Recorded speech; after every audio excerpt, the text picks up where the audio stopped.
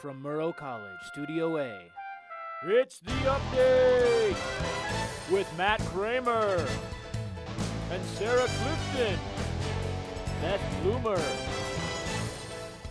Winston McWirt, Aaron Osgood, Henry Wilhoit and Robert Muncaster, and Cindy Vo.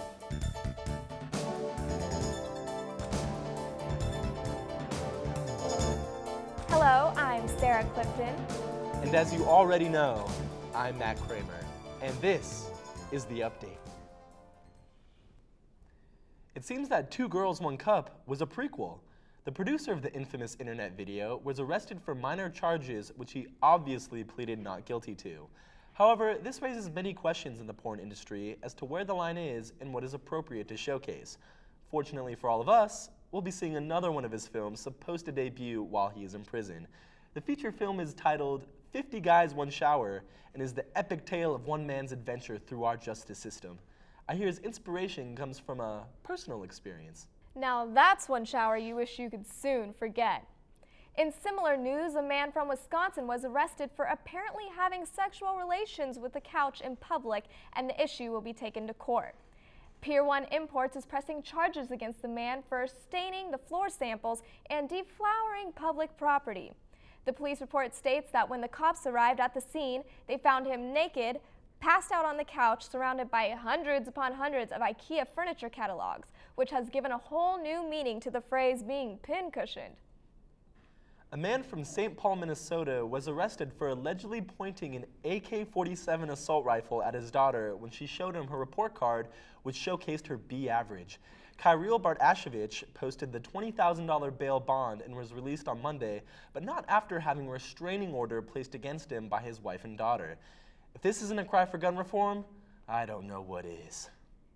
Speaking of gun control, cities such as Seattle, San Francisco, and Trenton have started a program that they are calling the Gun Buyback, in which police departments take in any and all guns brought to them in exchange for gift cards. The event was so successful that $35,000 worth of gift cards were given out in the Seattle area alone.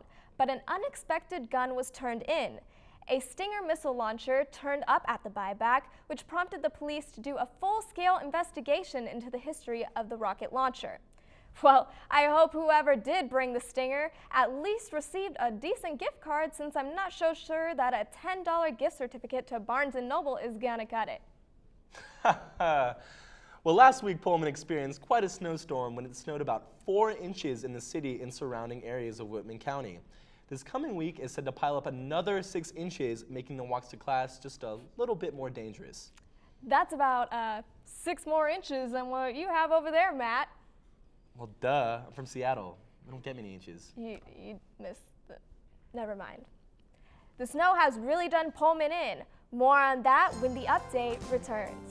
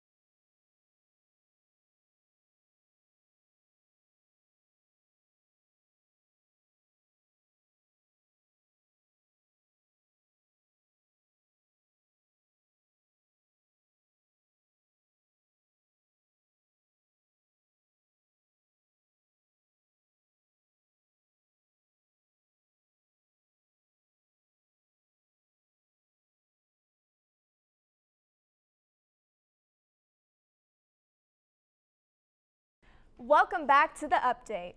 The snow has really been piling up here in Pullman, and it's rumored to continue over the next few weeks.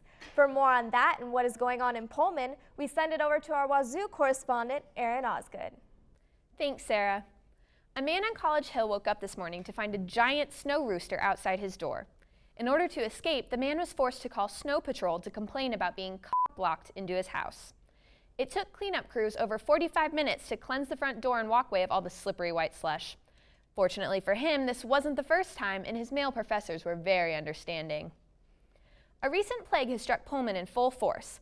Health and wellness has been overrun with infected students suffering from what has been called the worst pandemic in Wazoo history.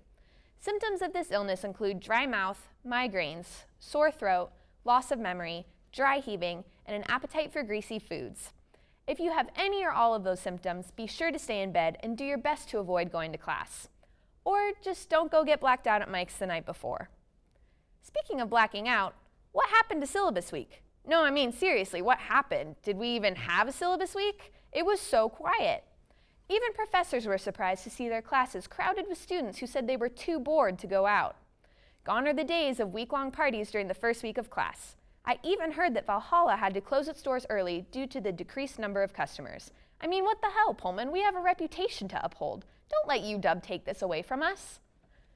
As many of you may not have noticed, the bridge that connects Stevenson to the rest of the world has seemed to disappear. It may have come as a shock to many that regularly cross its magnificent bounciness, but to us here at The Update, this was merely a precaution for a disaster waiting to happen. I just hope that someone notified the FaceTimers about this before we had yet another incident. It seems that everyone's New Year's resolutions are in full swing this season, and what better way to start the new year off right than to constantly flood the recreational center. From muscle milk chuggers to sorority elliptical racers, the rec center is the place to be this month. Or, well, at least for the next few weeks until people realize that they're better suited to sit on the couch and chug Busch Light than lift another weight. But don't worry, rec center. I'm sure you'll see the influx of fitness gurus again before spring break. Post Secret has seemed to inspire a WSU-branded spin-off. WSU Secrets has taken Facebook by storm in the last few days, which prompted me to start my very own countdown. Aaron Osgood's top 5 WSU secrets. Number 5. While in Scott Hall my freshman year, I shined a laser out of my window at 2 drunk chicks. One of them chased the laser and ran into a tree. Number 4. My friends and I used to hold Fight Club in one of the parking garages late at night on the weekends. Number 3. On the real though, the rec center DJ needs to understand the conflicting nature between Pumpin' Mad Iron and the effects of country music. Does he even lift? Number 2. One of my less serious goals was to get drunk during a lecture. By the time I graduated, I'd achieved it multiple times. Thanks, Com 101. Oh, Tafflinger. And number 1. I'm an RA, and half of my floor I love to death. The other half, I want to push off the top of my building for being immature a-holes that leave lovely notes at my door telling me how I'm the worst RA ever. This isn't high school, kids. This is real life. Just because you don't live with mommy and daddy doesn't mean you have the right to do whatever you want because you're an adult. You're not an adult until you can pay your own bills. Until then, you're a glorified teenager. Well, that's it for your WSU news. Back to you, Matt. Thanks, Aaron. Mattel, the famed toy makers, were forced to axe one of their most popular Harry Potter-themed products recently due to a rise in complaints from mothers that their daughters have been spending too much time with them.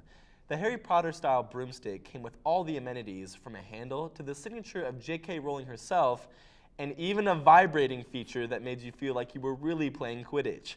However, it seems a family in New Jersey hasn't had good luck with the toy after they found out that their 12-year-old daughter would literally spend hours with the broomstick. When questioned, the young girl did as all young kids would do, blame the sister for always stealing it.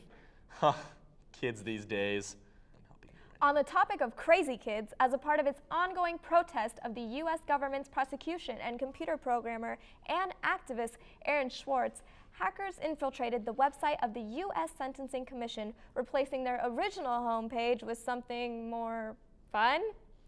The known hacktivist Anonymous distributed a code that turned the USSC's front page into a playable game of the arcade classic Asteroids, which many people thought was great, but the Senate Commission didn't take it too lightly.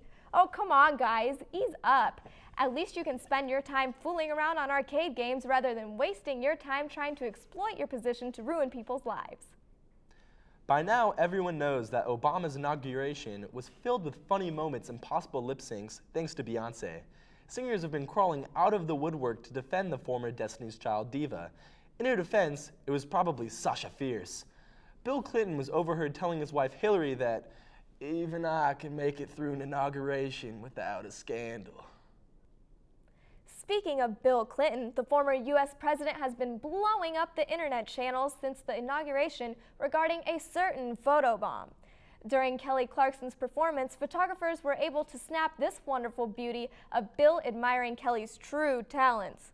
This picture alone has brought forth a wave of internet fame, which we here at The Update want to get in on. So we are starting a meme we'd like to call Bill Creepering. Send in your best Bill Creepering photos to theupdate.cable8@gmail.com, and over the next few weeks we'll be selecting our favorite, and yours can be featured on the show. Speaking of wacky politicians, the GOP has come to terms with the fact that they are not the most popular among the youth, mainly because their image has been tarnished by past political flops. However, their new image campaign has attempted to change their current angry old white man persona. To take a closer look into how they are going about this, we are sending in our newest senior political correspondent, Robert Muncaster, for his own segment, The Muncaster Report, Angry Old White Man Edition. When we last left the Republican Party, they were recovering from overwhelming defeat at the 2012 election. With the inauguration of Barack Obama recently over, Republicans are starting their journey to the next election in 2016. But before we look ahead, we must look at the past. I decided to venture to the local chapter of the College Republicans on the WSU campus to see what they were doing to fix their image and reputation. My name is Isaac.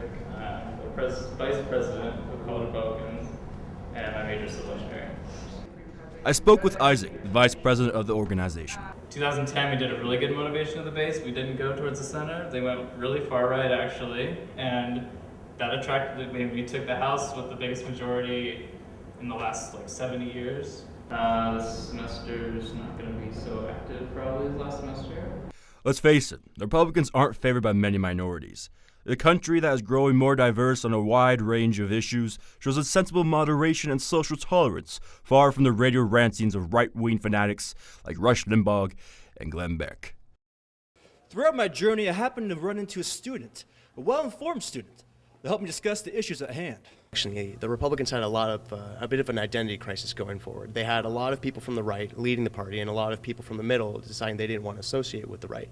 And so that kind of caused a fractal split within the Republican Party. And so moving forward, what people want to do is they want to decide, do we follow the people to the far right, because that's where the country's taking them, or do we want to shift it back to the center in order to gain more votes? Unfortunately, with the House being gerrymandered the way that it is, there's too many people that are leaning too hard right, no incentive to want to compromise or risk giving other seats because they're firmly planted in that spot. That's bad not just for conservatives, but for our entire country. I think we actually did go to the center in 2012. Mitt Romney was a pretty moderate choice. He's a Massachusetts Republican, and I mean, that didn't really work out. People didn't really see the appeal of Mitt Romney or the moderate Republican Party, so I think sticking to the right was a good idea in 2010, and it's good now. The last election, their voter turnout, they increased their voter registration, and they found that people who registered as a GOP dropped 30%. So you have a lot of people who are deciding that maybe this isn't the best way to go until the Republican Party gets their image under control. At the same time, you have the people who are the older white members. They're ostracizing people of the voting blocks that they're trying to capture. I know in 2004, George Bush got 44% of the Hispanic vote. 2012, Mitt Romney got 29%. So obviously, yeah, we were doing better then than now. So maybe we should look at what we were doing then that was different